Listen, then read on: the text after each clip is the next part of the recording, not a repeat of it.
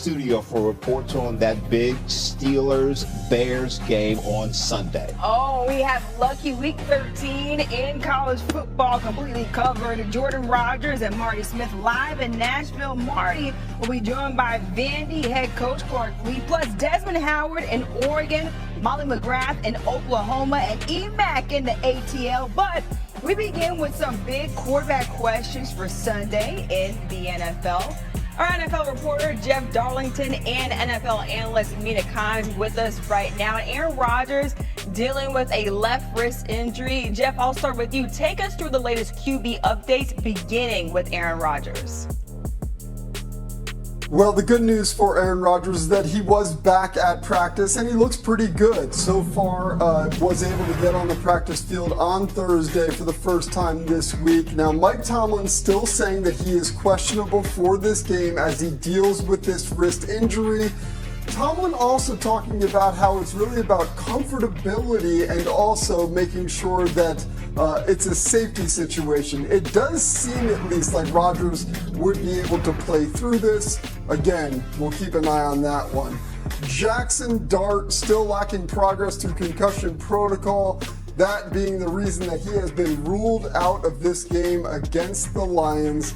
Again, organization trying to be cautious with this, but he also still has to get through that protocol. Again, out for this game. We'll see if he can get back for the next one.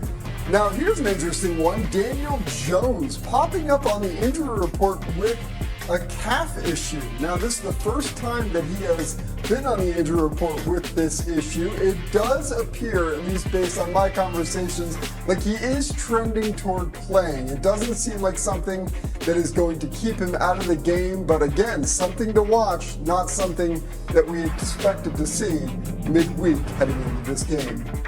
Joe Burrow, of course, all eyes on whether he can make his debut. Coming back from that toe injury, listed as questionable so far, but again, we've seen him as a full participant for the most part in practice. That being obviously something that's very impressive at this point. I think the Bengals at one point did project to him playing that Thanksgiving weekend game, maybe not coming back at this point. He has continued to sort of beat the odds with his comeback. It does look like he does have a chance of playing in this game. Mina, let's stick with Joe Burrow. Right now, ESPN Analytics has given the Bengals just a 3% chance to make the playoffs. What do you think about Cincinnati considering bringing Burrow back with such a long shot at making the postseason?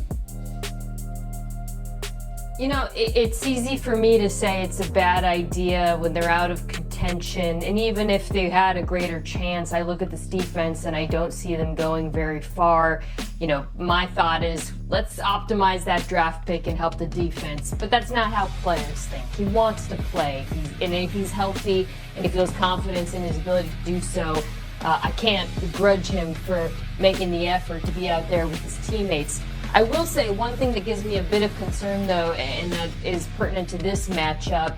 I don't think Cincinnati is going to be able to run the ball on the New England Patriots, who have an excellent run defense. So you could be looking at a scenario where Joe Burrow is dropping back 35 plus times to try to keep pace with the Patriots offense, who should be able to move the ball in Cincinnati. I don't love that, him coming off the injury and having to drop back and pass so many times, and that would also factor into my concern. But again, this is Joe Burrow. He knows his body. He wants to play. All right, let's stay in the AFC. Last night, the Texans beat the Bills 23-9. That Texans defense was stout last night. What stood out to you most about Houston's win? Yeah, I mean, it's the defense, right? Let's talk about this defense, which is arguably the best in the NFL. I've got them right there with Seattle and Denver and Philadelphia. You know, watching on the TV broadcast, you see all the times Josh Allen is being terrorized by that four-man rush, and it was multiple players, by the way, but obviously Anderson Jr. went crazy. What you don't see, and then you see on tape, is just how sticky the coverage was behind it. They have lockdown corners. DBs who can big plays on the ball. Bullock was the one last night. And that's a big problem against the Bills offense that can run the ball and do very little else consistently. They don't have guys who win downfield, particularly against man coverage. Houston was able to take advantage of that, but they've also been able to do that against better passing attacks as well. This defense is for real, and any team in the playoffs should be afraid to go up against them. Hey, Jeff, the Bills sit at 7-4. You covered them last week in a win over the Bucs where Josh Allen accounted for 6 touchdowns. What has the team said about where they stand as they try to get back on track for the final 6 games of the season? Well, Jay, it was interesting because going into that game, there was a lot of talk about the word identity. This team's still trying to find the main target when it comes to wide receivers, but even he has been banged up lately. So we're talking about tight end Dalton Kincaid dealing with his issues. So until they can get everybody sort of healthy and playing like Keon Coleman right now, dealing with his issues, until they can get to that point, it's going to be tricky, and it is getting late.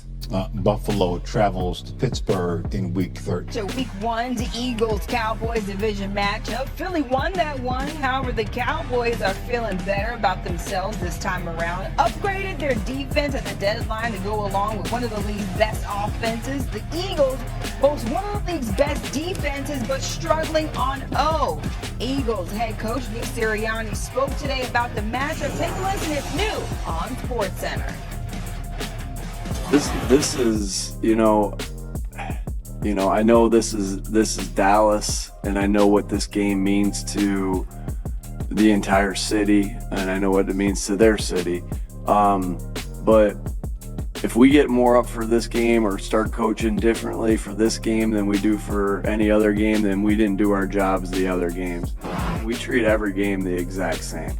So we're going to coach our ass off every single game. We're going to prepare our ass off every single game, regardless of the circumstances. It's time for Kimes' Keys. NFL analyst Mina Kimes running us through her keys for one of the biggest games of the week. And we're going to start with the big one here, Mina. Eagles, Cowboys, what's the biggest key there? Yeah, I'm so fascinated by this matchup between the Cowboys offense and the Eagles defense. True strength on strength. I think for Dallas, the key is going to be whether they can find a way to attack the Eagles' third cornerback, who's Adoree Jackson. Philadelphia in the first matchup put Quinyon Mitchell on George Pickens and basically gave them help with CeeDee Lamb. Jackson help, with CeeDee Lamb. But Dallas has something very few teams in the NFL have, which is 2 number 1 wide receivers. They have the capacity to go after Adoree Jackson if they can keep pressure. How about Colts Chiefs in that one? Yeah, so the Colts, in my mind, acquired Sauce Gardner in part because of this matchup, because they want the ability to play man coverage against a Chiefs offense that has struggled against it. You saw that last week. For Kansas City, I think Mahomes using his legs against those looks is going to be big, but they have to find better answers versus man than they have as of late. What about your biggest key for Vikings-Packers? JT McCarthy just has to play on time, and this applies to every game, but I think it's really notable against a Green Bay defense that's been very good but has struggled against quarterbacks when they play in rhythm, meaning between 2